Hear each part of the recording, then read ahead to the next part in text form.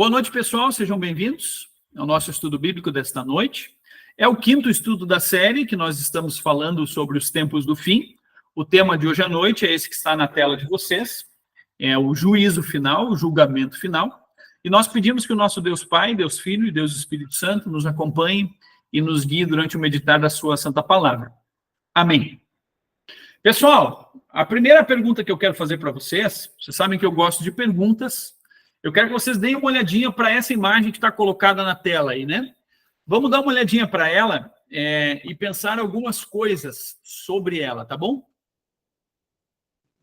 Nós já estudamos um pouquinho aí o assunto, né? Se esse é o nosso quinto encontro, a gente já teve, no mínimo, 4 horas aí para pensar um pouco sobre todas as coisas que nos remetem aos tempos do fim. Então, a minha pergunta para vocês é a seguinte: eu quero que vocês encontrem nessa imagem, pelo menos eu olhando para ela, encontrei duas coisas que daria para dizer assim que, ao nosso ver, não está correto, tá? Na pesquisa aí para o assunto, a gente encontra uma série de imagens. Eu encontrei essa e ela me pareceu curiosa. E aí eu pensei em fazer um desafio, já que vocês gostam de desafio, né?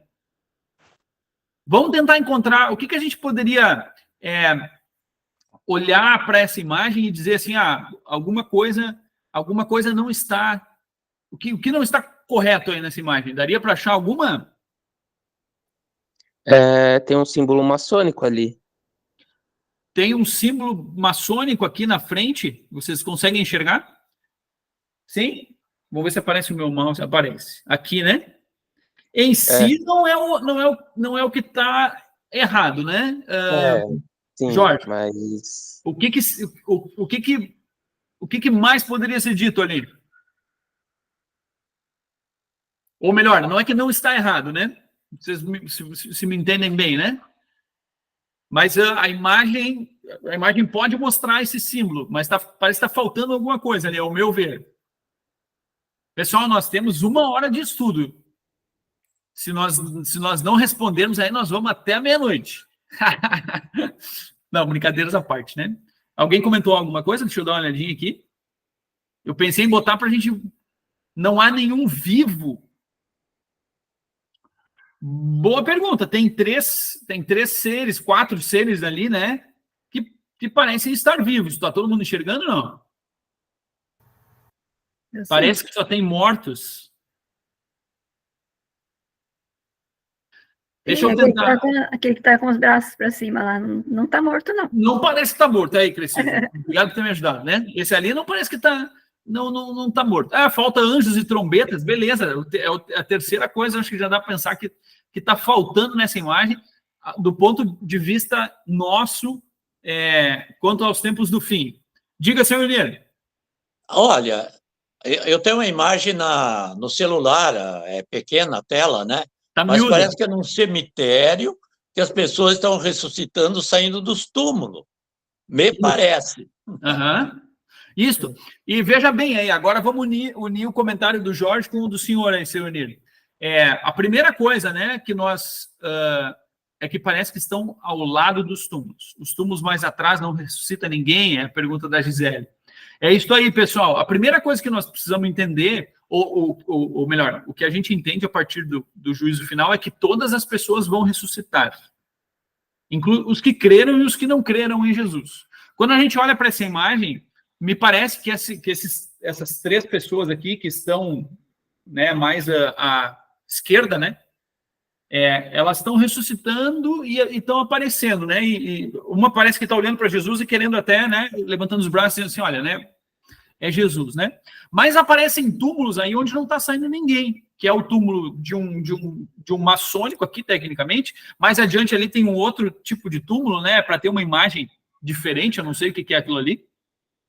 Mas dali não está saindo ninguém. Alguém foi sepultado nesse túmulo. Essas pessoas vão ressuscitar. Todas as pessoas vão voltar a viver, se creram ou se não creram. Independente da fé que elas tiveram, a morte não é para elas o fim, como agora não existência mais, né? O primeiro erro que eu vejo nessa imagem aí é que está faltando gente para ressuscitar. Todos os mortos ressuscitarão. Uns para a vida e outros para a condenação. É isso que nos diz a palavra de Deus, né? Tá faltando anjo e trombeta. A Elisa comentou, né? Tá faltando mesmo. Fala que Jesus virá com os seus anjos, né? E um segundo erro, se eu posso tentar dizer para vocês, é que me parece que as pessoas que estão levantando aqui, elas estão levantando meio que transparentes, né? Não? Esse cara aqui parece que, né? Esse aqui parece que está meio... Se alguém quiser ir lá dar um abraço nele de alegria por ter visto, né, estar vendo ele ressuscitado, não vai conseguir porque é um fantasma, mais ou menos assim, né? E aí está a segunda coisa que nós podemos pensar nessa imagem. Quando nós pensamos em ressurreição, o que nós falamos lá no estudo da ressurreição, o segundo, né, o terceiro, o segundo, e nós falamos em todo o credo apostólico, na nossa confissão, no culto, nós dizemos que nós cremos na ressurreição da carne, né? Ou seja, nós ressuscitaremos em carne, não seremos espíritos, né, ambulantes por aí, vagantes, né? Não, nós teremos corpo, né? O nosso corpo, junto com a nossa alma, vai ser redimido, né? Em Cristo Jesus do nosso pecado, né? São as duas coisas que eu observei, a terceira aí com a da Elisa, a falta dos anjos das trombetas, né? Mas só para a gente instigar um pouquinho aí a nossa curiosidade e os nossos olhos para pensar um pouquinho sobre o que nós estamos falando, né? Afinal, o assunto de hoje é o juízo final. A leitura bíblica que eu quero fazer com vocês é uma do Antigo Testamento, é o livro de Sofonias. Ela está projetada, ela está colocada na tela de vocês, a leitura. Sofonias, capítulo 1, a partir do versículo 14 até o versículo 3 do capítulo 2, né? Se estende um pouquinho a leitura, mas não é nada longo. Mas fala um pouquinho sobre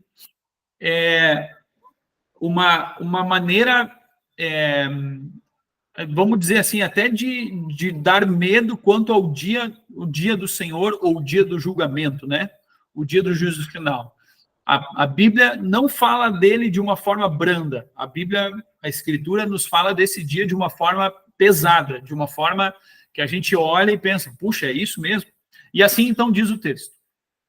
Está perto o grande dia do Senhor, está lá escrito no Antigo Testamento, né? Uma profecia. Está perto e vem chegando depressa. Atenção, o dia do Senhor é amargo e nele clamarão até os poderosos. Quem normalmente, ao longo da sua vida, não tem problema nenhum. Até os poderosos clamarão. Aquele dia será um dia de ira, dia de angústia e tribulação. Dia de ruína e destruição. Dia de trevas e escuridão. Dia de nuvens e densas trevas. Dia de toque de trombeta e gritos de guerra contra as cidades fortificadas e contra as torres altas. Trarei angústia sobre as pessoas, e elas andarão como se estivessem cegas, porque pecaram contra o Senhor. O sangue dessas pessoas será derramado como pó, e a sua carne será espalhada como esterco. Vejam que a coisa é pesada assim, não é muito bom de ler, né? Nem a prata nem o ouro poderão livrá-las no dia da ira do Senhor, mas pelo fogo do seu zelo, a terra será consumida, porque ele certamente fará destruição total e repentina de todos os moradores da terra. O dia do Senhor. E por fim, aí no início do capítulo 2, os 3 primeiros versículos, é um convite a olhar para esse dia e viver um arrependimento diário. Aí diz assim, reúna-se e concentre-se, ó nação sem pudor, antes que saia o decreto e o dia se vá como a palha, antes que venha sobre você o furor da ira do Senhor. Sim, antes que venha sobre você o dia da ira do Senhor. Busquem o Senhor, todos vocês, os humildes da terra, que cumprem os seus mandamentos. Busquem a justiça, busquem a humildade, talvez assim vocês sejam poupados no dia da ira do Senhor. Esse é o texto bíblico que aparece lá no Antigo Testamento. Muitos versículos também nos falam disso no Novo Testamento. Mas a gente já olhou um pouquinho também nisso no encontro passado, né? O dia do Senhor é um dia que causa tanto medo quanto consolo nas pessoas. Medo para aqueles que não creem, consolo para aqueles que creem. Mas a Bíblia fala dele de uma maneira muito muito rígida, muito pesada. A Bíblia não deixa esse dia como algo assim, vai ser como qualquer outro, né? Não se preocupem com esse dia. Não, ela nos alerta, ela nos chama bastante atenção. Indo para as nossas perguntas, temos algumas para responder hoje. A primeira delas é essa, tá? Quem Deus pensa que é para vir julgar a gente? Estou refletindo um pensamento bastante atual, assim, né? Mas é bem essa pergunta, assim, quem Deus acha que é, né? Que raios, né? Que ele pensa que pode vir julgar o mundo, né? De repente ele se coloca numa posição de juiz e vem julgar a gente, assim, julgar a terra, né? Depois da resposta, ou fiquem à vontade para comentar, né? Sempre que quiserem, eu quero pensar em uma coisa que nos leva, literalmente, o criador de tudo. A Elisa comentou no estudo, né? Depois da imagem aí, né? Quem Deus é? Deus é esse do Salmo, ou melhor, de Deuteronômio 10, 14, né? Também o Salmo 24 é muito parecido com esse versículo de Deuteronômio. Ao Senhor, o seu Deus, nosso Deus, pertencem os céus e até os mais altos céus, a terra e tudo que nela existe. Tudo isso aí que para nós é algo gigantesco, né? Algo grandioso, algo assim, inconcebível do tamanho das coisas. Isso tudo saiu das mãos do nosso Senhor, né? Ele fez isso. Tudo isso que a gente olha, tanto estrelas quanto o planeta, né? Tudo que nela existe, animais, a selva, o verde, a natureza, as águas, os seres todos, né? Tudo isso pertence a Deus e só a Ele. Então, quem Ele é? Ele é o dono de tudo, né? Portanto, Ele tem o direito de julgar, né? Se assim ou melhor, assim a gente precisa pensar. Mas vejam bem que existe em cada um de nós, infelizmente, uma coisa que se chama pecado. E para refletir um pouco sobre o pecado, duas imagens aí, né? Uma que é uma charge, né? Uma brincadeira, né? Está lá o repórter com o seu guarda-chuva, a pessoa que está sendo entrevistada está debaixo d'água lá, toda molhada, e ele pergunta, você acha que o individualismo é uma tendência crescente, né? Não, capaz, né? Seria a resposta de quem está sendo entrevistado, né? Vem para baixo do guarda-chuva, seria, né? Mas a reflexão da charge é mais ou menos assim, né? O ser humano se torna individual, se torna individualista, nós nos tornamos deuses de nós mesmos, nós olhamos para essa imagem do mundo todo, né? E nós nos julgamos donos do nosso mundo, né? A ponto de virarmos sempre a cabeça para o nosso próprio umbigo, vamos dizer assim, né? É a segunda imagem, né? O que está acontecendo comigo importa. Eu me debruço sobre o meu mundo, assim, né? E aquilo tudo o que está acontecendo comigo aqui é o que é importante. Eu não consigo levantar os olhos para Deus sozinho, muito menos olhar para o lado e ver que tem pessoas que precisam da minha ajuda ao meu redor, né? Porque com o pecado nós nos tornamos deuses de nós mesmos, assim, né? A minha necessidade, a minha vontade, o que eu quero, não o que a outra pessoa quer, né? A gente sempre acaba se colocando num primeiro lugar. É por isso que a pergunta, mas quem Deus pensa que é para vir nos julgar, é uma pergunta muito atual, assim, né? Meu corpo, minhas regras. Minha vida, eu que mando, né? A gente vive como se o ser humano vive, né? Como se nós não tivéssemos que prestar contas para ninguém, mais ou menos assim, né? Eu sou o rei do meu próprio umbigo, né? Jesus nos convida a olhar diferente para isso, olhar para as outras pessoas e enxergar irmãos, né? E olhar para Deus, na verdade, e saber que nós estamos nas mãos dele e ele é o dono de todas as coisas, inclusive da nossa vida. Portanto, quem Deus pensa que é para nos julgar, ele é aquele que nos criou, ele é aquele que, por Jesus Cristo, nos convida à salvação e nos dá efetivamente a salvação, e ele é aquele que diz, olha, como minhas criaturas, que são pecadoras, vocês vão passar pelo dia do juízo final. O julgamento vai acontecer na vida de vocês, querendo ou não, esperando ou não, né? Mais ou menos isso. O convite é para a gente mudar esse pescoço aí, encurvado sobre o próprio umbigo e olhar para Jesus, né? Essa é a primeira pergunta, pessoal. Como eu disse, fiquem à vontade para comentar algo, né? Segunda pergunta. Quantos juízos haverá?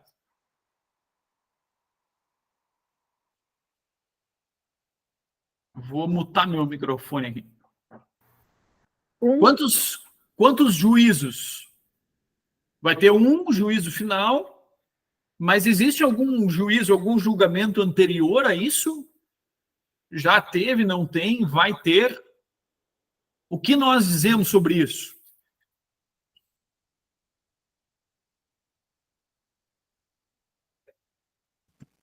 Pastor, posso falar? Diga, seu Hartwig, boa noite. Eu vi que o senhor ia chegar um pouquinho depois. E consegui chegar agora. Joia, que bom. Espero que não tenha comido muito rápido lá, né? Não. Tranquilo. Tranquilo.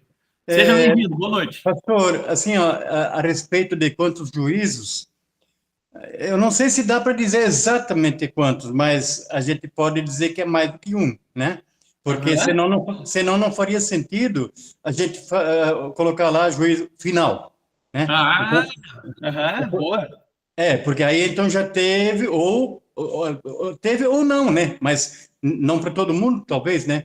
Mas a gente lembra da história do povo de Deus desde a antiguidade, que foram julgados, houve juízo, né? O próprio cativeiro babilônico é um exemplo bem prático disso aí, e outros casos, né? Então, na verdade, já teve vários juízos, talvez nós mesmos já fomos julgados por Deus em algum momento. Pode ser, né? A gente não tem certeza, mas pode ser, né?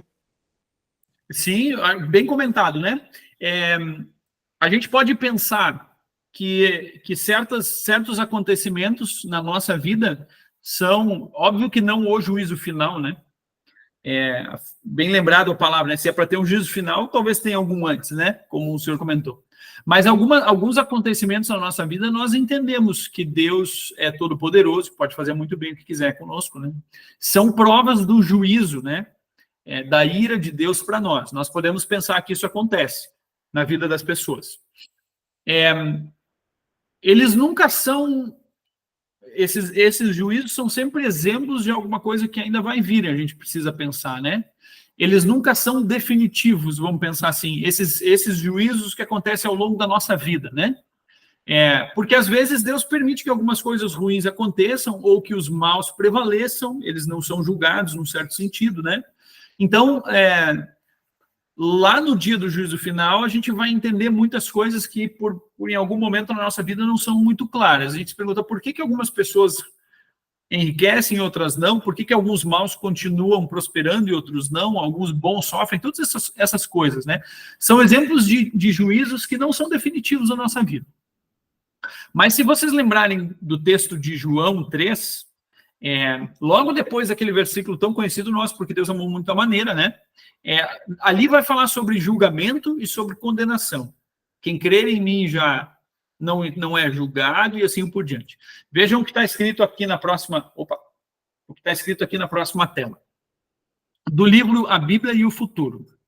Na verdade, há um sentido no qual as pessoas são julgadas já na presente vida. A minha pergunta foi, quantos juízos haverá? Quantos juízos vai ter, né? E elas já são julgadas na presente vida pela resposta delas a Cristo. Nós lemos em João 3,18. Quem nele crê não é condenado. E a palavra condenado poderia ser trocado por julgado. Quem nele crê não é julgado, passa do juízo, né? Mas o que não crê já está condenado.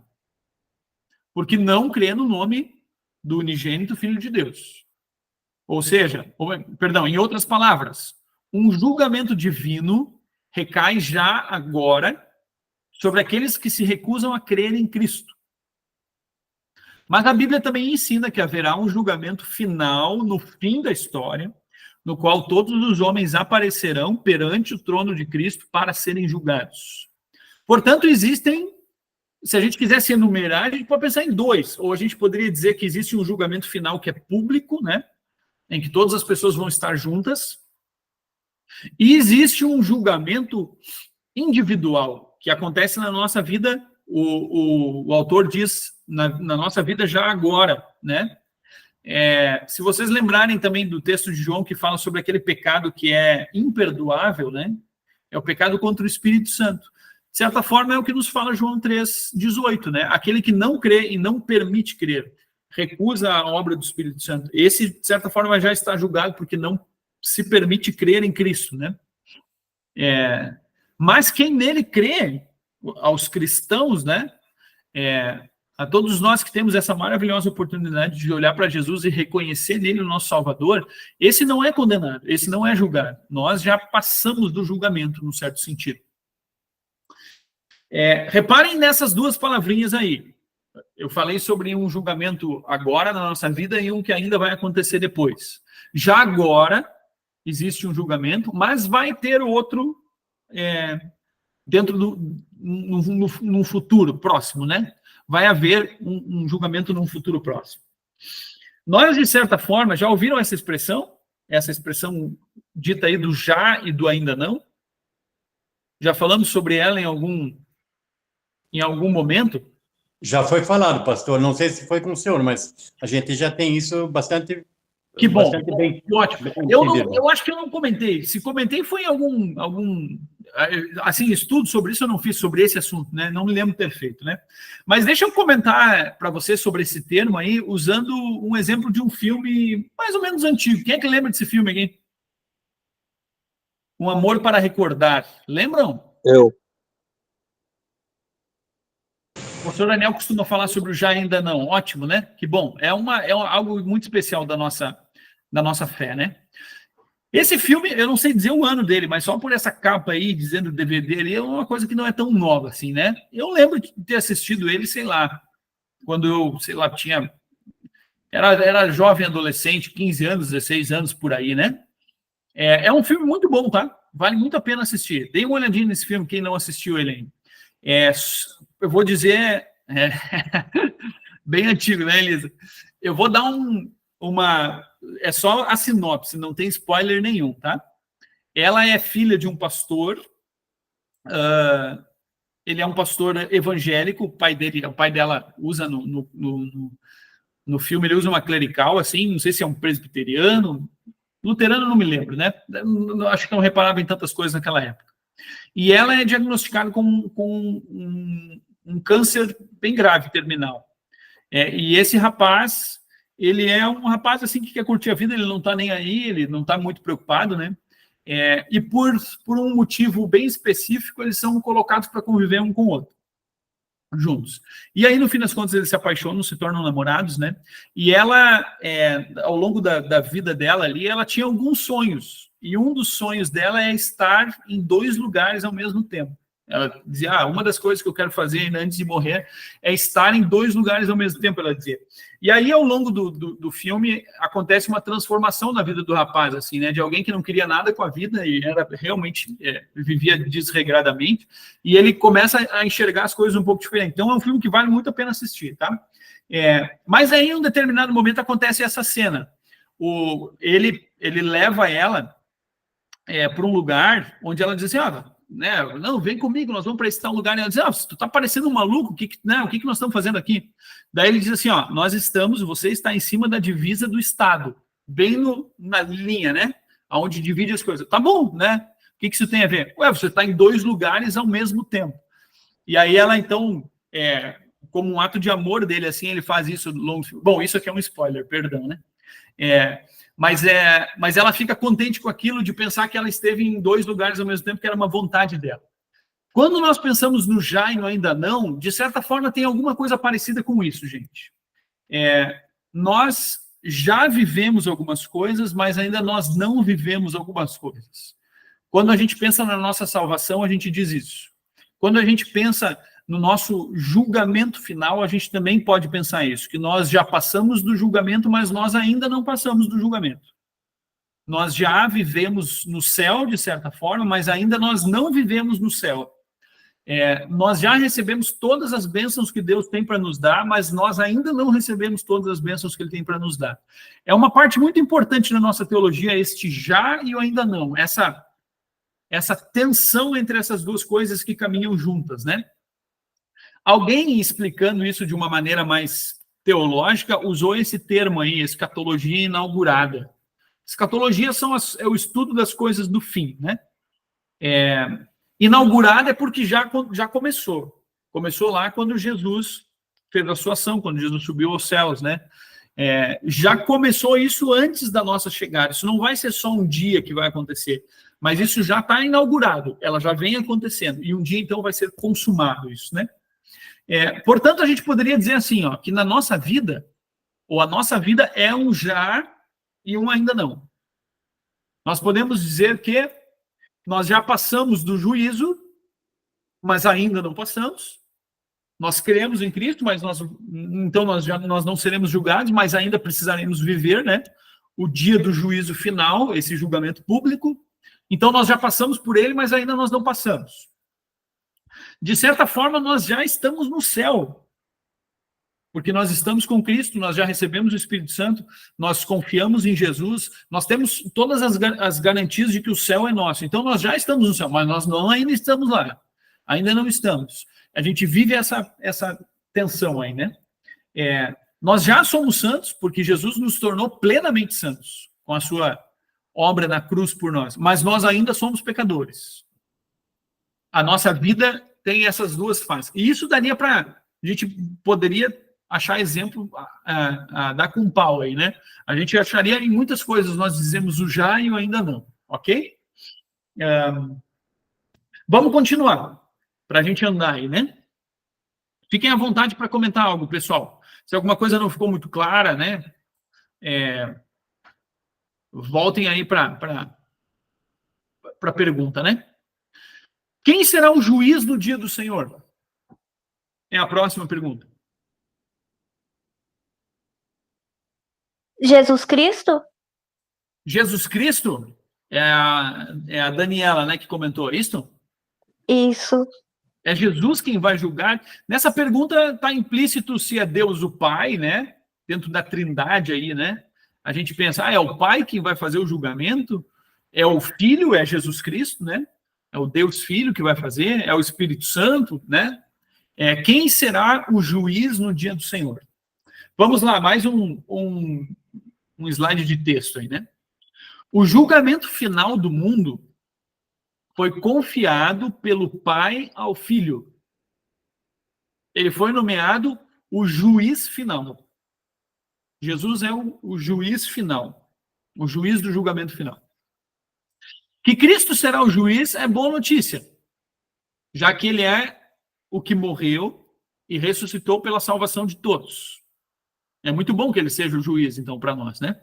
Aqueles que estão vestidos com a sua justiça o encontrarão como Salvador, enquanto aqueles que se baseiam em sua própria justiça o encontrarão como o juiz que os condenará.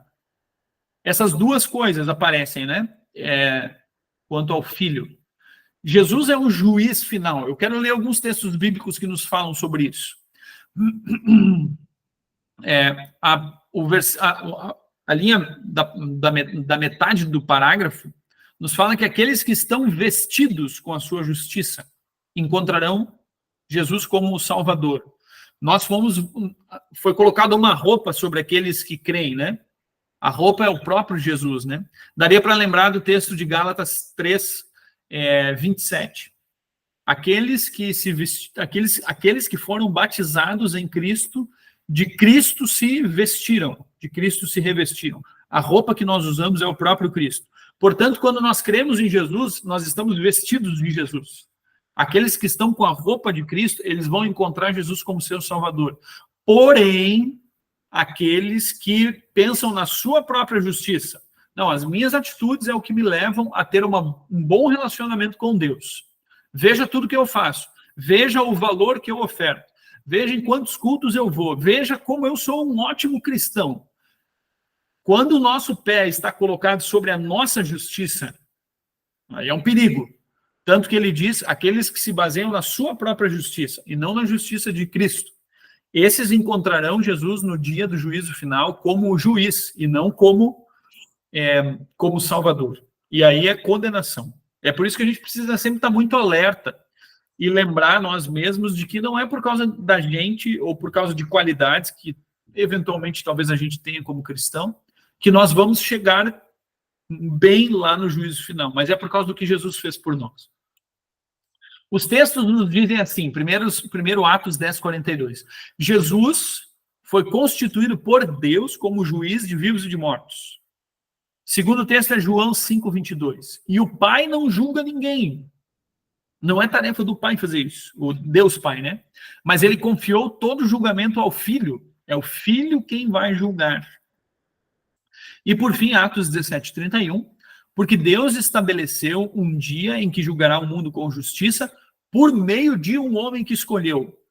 E deu certeza disso a todos, ressuscitando-o dos mortos. Ou seja, o próprio Jesus, né?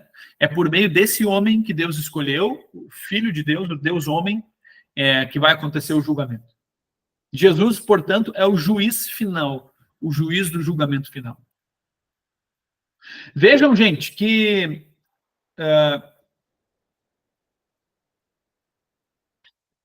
às vezes a gente não consegue enxergar Jesus como um juiz, como alguém que vai julgar. Nós somos muito rápidos em falar em amor, misericórdia, justiça de Deus, e está correto isso, não está errado, tá? Mas muitas vezes a gente acaba não olhando para esse lado de Deus sendo um juiz, de Jesus sendo um juiz que pode muito bem nos colocar no nosso devido lugar por causa do nosso pecado. Lembram dessa passagem aí, não? Sim? Êxodo 12, né? Esse é o contexto da primeira Páscoa. Os discípulos, eu ia dizer, os judeus estão quase saindo do Egito. Nessa noite vai acontecer a 10ª praga, na noite em que eles pintam os umbrais das portas, né? As colunas das portas com o sangue do cordeiro. E nesses versículos, aparece alguém sendo um juiz, julgando. E o texto diz assim: porque o Senhor passará para matar os egípcios. Quando, porém, enxergar o sangue na viga superior da porta e em ambas as ombreiras, né?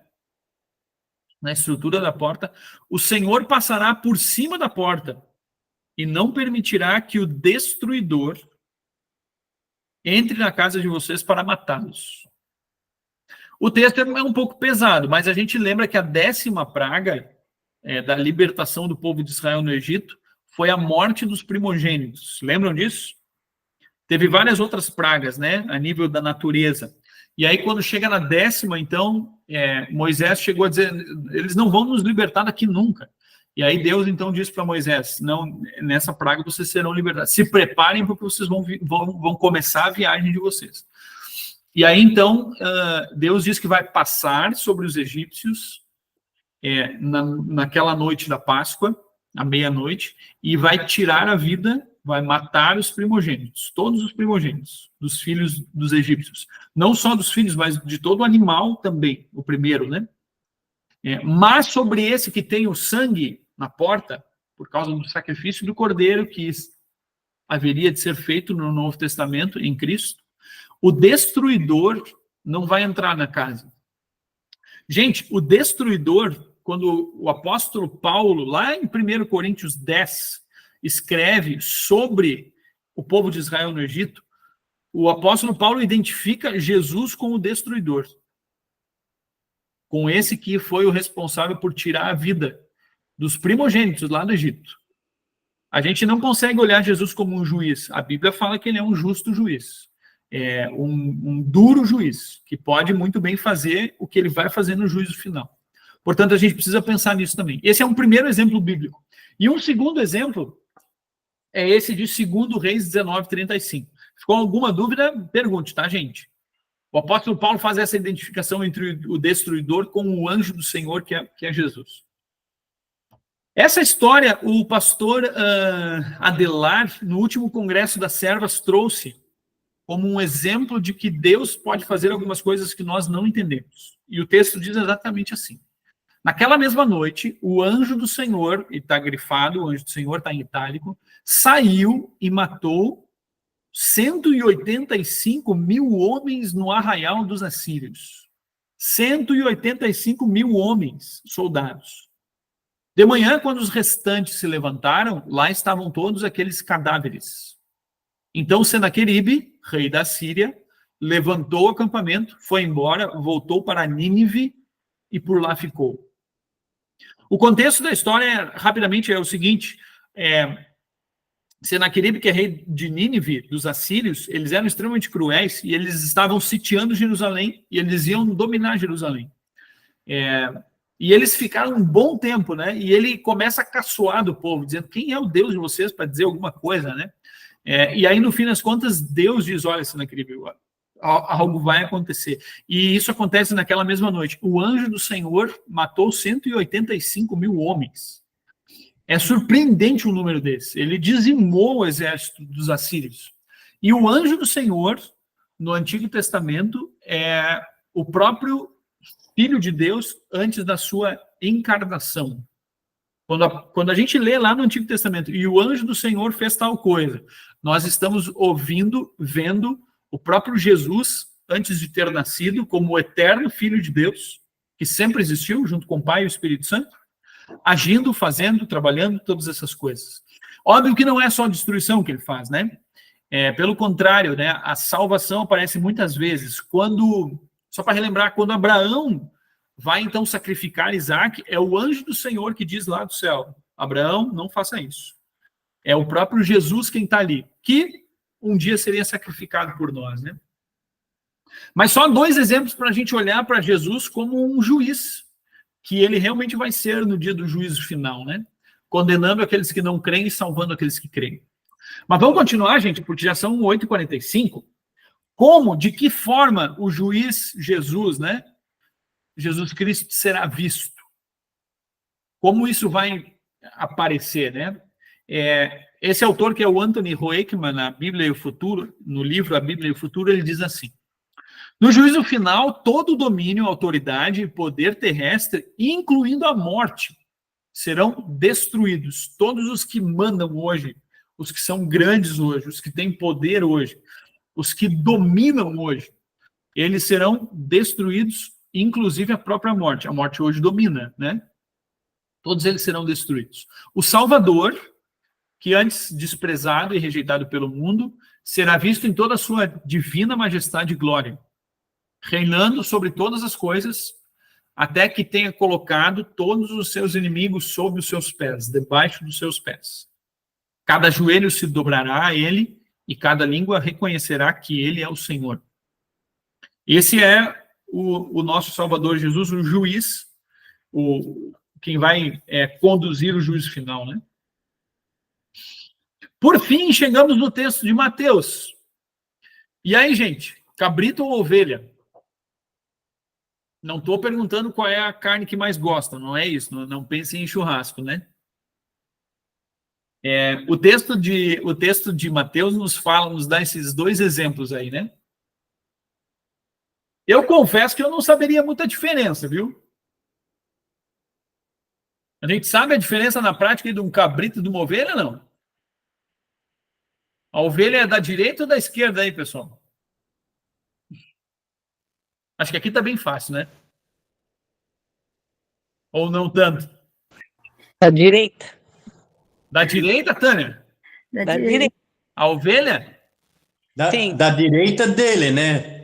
Daqui, a gente olhando a tela, é a esquerda, né? Para você está invertido. É verdade. A minha, no meu tá do lado de cá, né? A ovelha, vamos simplificar, a ovelha que está mais baixo, é isso? O cabrito é o que está mais alto. A Carol definiu ali o cavanha do cabrito, né? Tá de cavanhaque, é isso aí. E aí, seremos cabritos ou seremos ovelhas no dia do juízo final? O texto bíblico é o de Mateus 25, 31 a 33. E o texto nos fala assim: quando o Filho do Homem vier na sua majestade e todos os anjos com ele, então se assentará no trono da sua glória. É o momento do juízo final. Todas as nações, de tempos antigos e as que ainda virão, as de hoje, né? Todas as nações serão reunidas em sua presença. Isso é um evento sobrenatural, obviamente. E ele separará uns dos outros, como o pastor separa as ovelhas dos cabritos. Porá as ovelhas à sua direita e os cabritos à sua esquerda. É a explicação. Portanto, se a gente fosse responder entre ser cabrito e ser ovelha, no juízo final queremos ser ovelhas, né? Seremos ovelhas. Só para dizer de forma muito clara aqui, né? Essa história de esquerda e direita aqui no texto bíblico não tem nada, absolutamente nada a ver com posicionamento político, tá? Quem quiser fazer alguma relação com isso, pode dar meia volta aí e tirar o cavalinho da chuva, como diria minha mãe, tá? Não tem nada a ver com posicionamento político essa história de direita, esquerda, cabrito e ovelha, né? Tá bom? Vamos lá. A explicação do autor diz assim: o juízo final é o ato divino pelo qual Cristo publicamente separa os justos e os injustos. Na linguagem bíblica da parábola, são as ovelhas e os cabritos, né? E pronuncia o seu veredito perante o mundo. De forma visível, é perante o mundo que isso vai acontecer. Enquanto na terra os justos e os injustos são permitidos a viverem juntos, no juízo final ocorrerá uma separação. Até então está todo mundo convivendo um com o outro aí. Não tem essa história de estar dividido. Não é tempo de divisão ainda. Mas no juízo final vai ter uma separação. O juízo será administrado com base em suas ações. Os ímpios serão condenados com base na lei que eles não guardaram. Eles serão vistos na vergonha de rejeitar o Salvador e serão olhados com desprezo. Isso é o texto de Daniel que nos diz, né? Como que essas pessoas que não olharam para Jesus ao longo de sua vida agora vão ser vistas e tratadas. Esses que rejeitaram Jesus nas inúmeras oportunidades que tiveram, esses vão ser vistos com desprezo. Eu já chego na parte das suas ações lá. Vamos ler a segunda parte. Para o povo fiel, nós olhamos para os cabritos agora, né? Agora vamos olhar para as ovelhas. Para o povo fiel de Deus, porém, será um dia de redenção. Pode tirar o susto aí e o medo desse dia. É um dia de redenção. Tendo sido declarados justos por meio da fé, eles serão declarados abençoados pelo Pai e herdarão o seu reino eterno. Nesse dia vai haver uma declaração de que somos abençoados e herdaremos, ganharemos o reino eterno de Deus. Eles serão vindicados publicamente, ou seja, Jesus vai dizer, esses são meus, né? Essa é a frase de Jesus, né? E as suas obras serão vistas como um serviço a Cristo e como uma evidência de sua fé. A sua posição exaltada e gloriosa como filhos de Deus será vista por todo mundo no julgamento final. Isso aqui é coisa demais, teria que parar e olhar com muita calma tudo que está acontecendo aqui, né? Vejam, pessoal, as boas obras que nós fazemos, elas vão ser vistas nesse dia, mas nós não seremos salvos por causa das boas obras, mas porque as boas obras são uma consequência da nossa fé. Nós cremos e daí nós temos boas obras. Tanto que a continuação do texto do Evangelho lá vai dizer, mas quando que a gente fez tudo isso? Jesus vai dizer, todas as vezes que vocês fizeram isso, algum desses meus pequeninos, aqueles que pregam o Evangelho, que falam o Evangelho, que vivem do Evangelho, aqueles que falam de Jesus, que recebem Jesus, todas as vezes que vocês fizeram a um desses pequeninos, vocês fizeram a mim, Jesus fala. Portanto, as nossas obras, elas são por causa da fé em Jesus, por causa da fé na pregação da palavra, e isso vai ser visto naquele dia. Como o julgamento vai ser público, as obras aparecem, mas não são as obras que vão nos dizer direita, esquerda, cabrito ou ovelha, mas elas são só uma prova do que é a nossa fé. Assim, a mesma coisa quanto ao juízo para os impenitentes, né? Para os ímpios, para os injustos, né? Com base nas suas ações, porque não tiveram fé, não fizeram o que precisariam ser feito a partir da fé, né? Tá? A partir dessa pergunta dessa separação, A próxima é a seguinte: se vai ser uma separação, se a separação será feita no juízo, lá naquele último dia, isso quer dizer que hoje cabritos e ovelhas convivem? Por que eu coloquei essa pergunta aqui, minha gente querida? Porque existe dentro do nosso coração, especialmente cristão luterano, vamos pensar assim, a gente às vezes tem uma necessidade de julgar as pessoas, dizer quem é cabrito e quem é ovelha. A gente se sente apto para isso. Deus diz para nós: não é tarefa de vocês, quem vai fazer isso sou eu lá no juízo final, Jesus fala. Mas ao longo da nossa vida a gente olha para uma pessoa e acha que ela é cabrito. A gente olha para uma pessoa e diz: olha, aquela pessoa faz tudo isso, então ela é ovelha, né? A parábola do joio é uma parábola que nos fala um pouquinho sobre isso. Ela está escrita em Mateus 13. A gente, quando está lendo as coisas sobre o juízo final, a gente lê lá Mateus 25. Mas as parábolas que aparecem em Mateus 13 também são sobre o juízo final. E a parábola do joio é muito simples. Um semeador jogou boa semente no seu campo e ele foi descansar. Nesse meio tempo, o inimigo dele veio e jogou sementes de joio.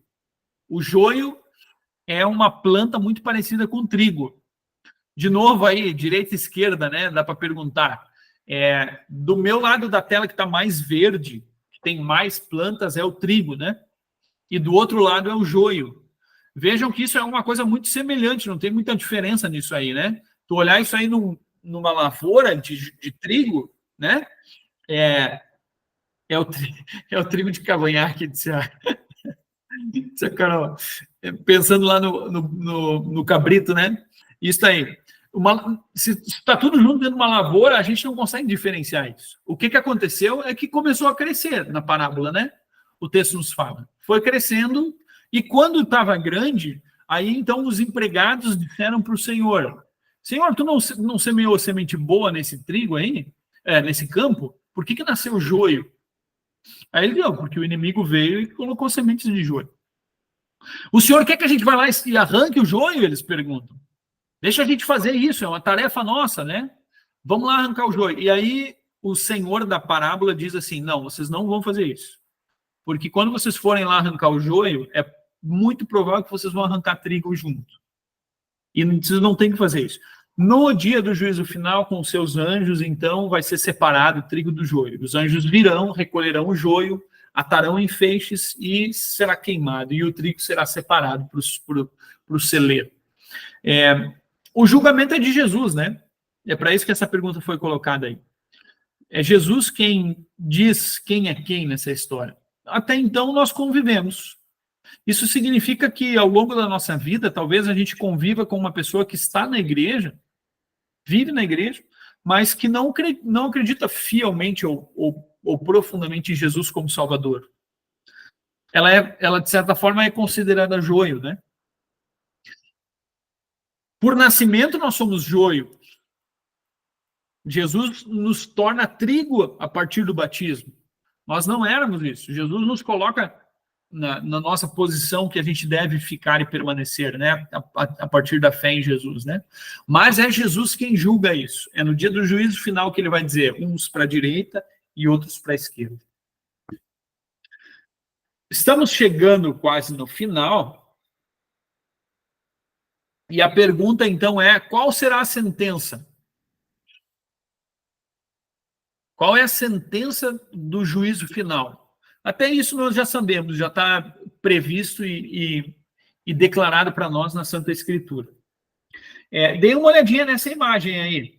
Essa é uma pintura de um artista alemão. Eu não anotei o nome dele e agora me fugiu. Mas ele morreu um pouquinho antes do movimento da Reforma. Foi em 1490 e poucos ali. Ele viveu alguns anos e fez algumas pinturas, né? Várias, na verdade. Mas a pintura mostra justamente essa divisão, uns para um lado e outros para o outro.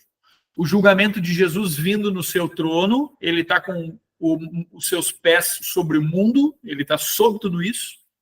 Ele tem o lírio da paz e uma espada, que é um sinal de cortar, de dividir, né? Com eles estão os discípulos ali, junto com ele, que está de vermelho, né? Alguém que reina. Existe um anjo que está pesando as pessoas ali numa balança, né? Logo no centro da imagem. Talvez não dê para enxergar tão bem, né? Não, a gente sabe que não é um anjo que vai fazer essa divisão, é o próprio Jesus, mas a interpretação do artista é esta, né?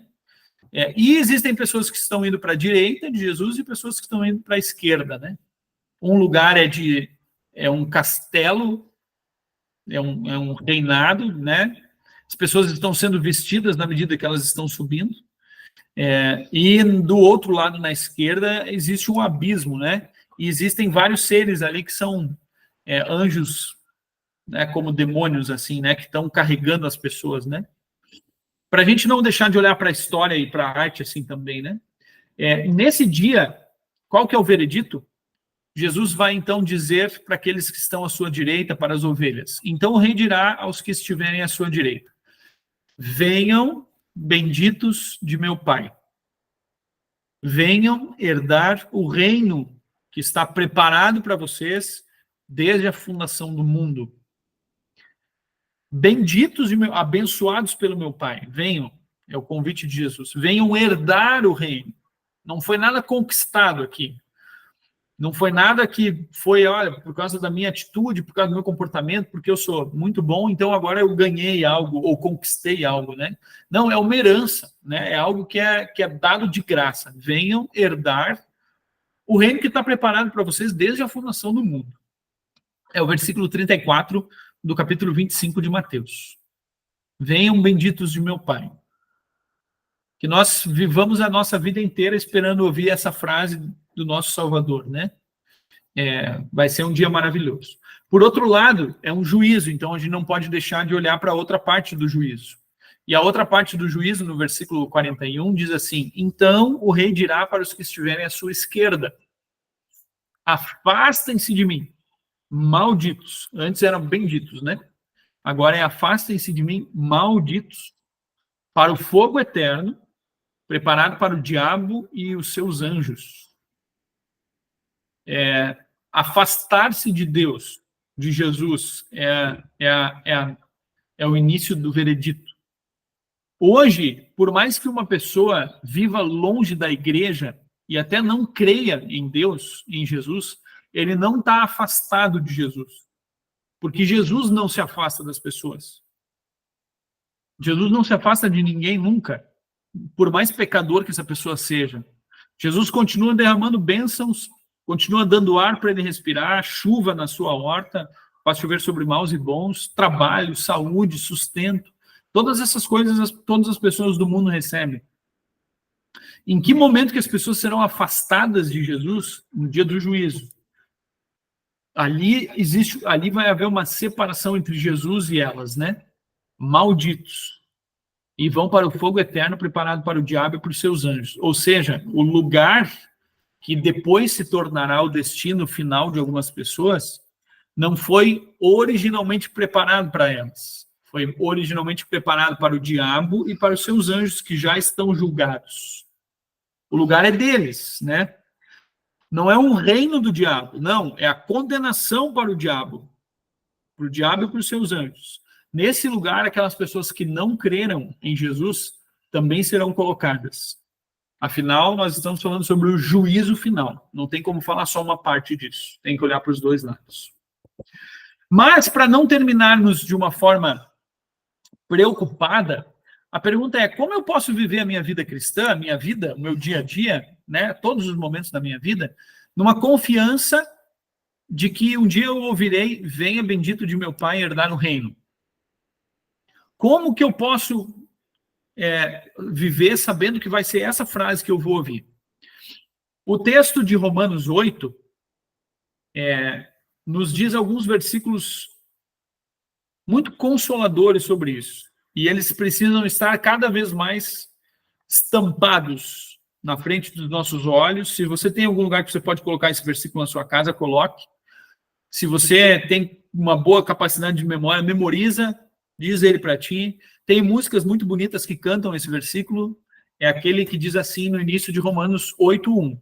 Agora, pois, já não existe nenhuma condenação para os que estão em Cristo Jesus. Romanos 8:1. Nenhuma condenação há para quem está em ti, Jesus. A gente precisa aprender a cantar essas músicas. Quando os pecados que a gente comete, infelizmente, nos pesam nos ombros, alguns versículos precisam nos arrastar para o colo de Jesus. Eles fazem isso. Corram para lá, é o melhor lugar que a gente tem para estar quando alguma culpa bater na porta, né? Puxa, como eu fui capaz de fazer isso? Não sei como, mas eu sei que não existe nenhuma condenação para aqueles que estão em Cristo Jesus. E eu estou em Cristo Jesus. É o lugar, é o nosso lugar, né? Esse é o primeiro versículo. O segundo, quem os condenará? É a pergunta. É Cristo Jesus quem morreu, ou melhor, quem ressuscitou, o qual está à direita de Deus e também intercede por nós. O juiz é o nosso Salvador. Nem ele nos condena. Quem o diabo pensa que é para chegar para nós e dizer que a gente merece condenação? Quem uma pessoa conhecida nossa é para dizer que nós merecemos condenação? Ou quem nós mesmos somos para olhar para nós mesmos e dizer, não, eu não mereço perdão? Jesus, aquele que morreu, que ressuscitou, é quem intercede por nós e diz que não há condenação para nós. Portanto, nós estamos no colo de Jesus, é o nosso lugar. E, por fim, o final do versículo 8, se não me engano, é o versículo 35, o final do capítulo 8, versículo 35, se não me engano. Porque eu estou bem certo de que nem a morte, nem a vida, nem os anjos, nem os principados, nem as coisas do presente, nem do porvir, nem os poderes, nem a altura, nem a profundidade, nem qualquer outra criatura poderá nos separar do amor de Deus que está em Cristo Jesus, nosso Senhor. É o que nos dá a garantia de que no dia final nós não passaremos pelo juízo, não seremos julgados, né? Porque nós cremos em Cristo Jesus. Nós ouviremos dele, venham, benditos de meu Pai, para o reino que é de vocês desde todo sempre. E assim nós chegamos no final do estudo de hoje, são 9h05. Tema da semana que vem, assunto da quarta-feira que vem, é o nosso 6º encontro, né? Portanto, é o último. Nós queremos olhar um pouquinho para o novo céu e para a nova terra. Os versículos da Escritura Sagrada que nos falam sobre isso. Que Deus nos abençoe, portanto, então, no nosso último encontro, assim como tem nos abençoado em todos esses, né? Deixa eu encerrar aqui a apresentação. Essa imagem já apareceu em outro momento, né? Estamos felizes aguardando o retorno de Jesus. Assim nós chegamos ao final, pessoal, do nosso estudo. Eu quero ainda dispor a palavra, se alguém quiser comentar, perguntar, dizer algo, fiquem bem à vontade, tá? Seu Hartwig, vamos lá? Pastor, eu lembrei quando o senhor estava explicando sobre o já e ainda não, o último pastor que falou sobre isso para nós, eu lembro bem, foi um estagiário que estava aqui em Joinville conosco, hoje pastor lá em Caxias do Sul, pastor Felipe Schwamber Lopes. E ele várias vezes, nos estudos, justamente nos estudos que ele citou isso, naquela época a gente já estava fazendo o estudo online por causa da pandemia, né? Eu acho que foi em 2021, por aí. Mas assim, ó, pastor, quando o pastor Felipe falava sobre isso não parecia para nós alguma coisa nova, não parecia nova. E quer dizer que parece que o pastor Emerson já falava sobre isso nos estudos ainda presenciais, antes da pandemia, né? Uhum. Então, é um assunto que é bem conhecido da gente. Que legal, é ótimo isso, né, senhora? Fico contente de saber, né? Não é uma, vamos dizer assim, não é um pensamento tão recente assim na teologia, né? A gente já vem ouvindo sobre isso há mais tempo. E se a gente não ouvia ainda com esse termo do já e ainda não, a gente talvez já sabia desse conceito com outras palavras, né? Muito provavelmente, né? Ok, pessoal? Mais alguém quer comentar algo? Fiquem à vontade. Se não, eu chego no final da nossa gravação aqui, tá bem? Vamos encerrar a gravação.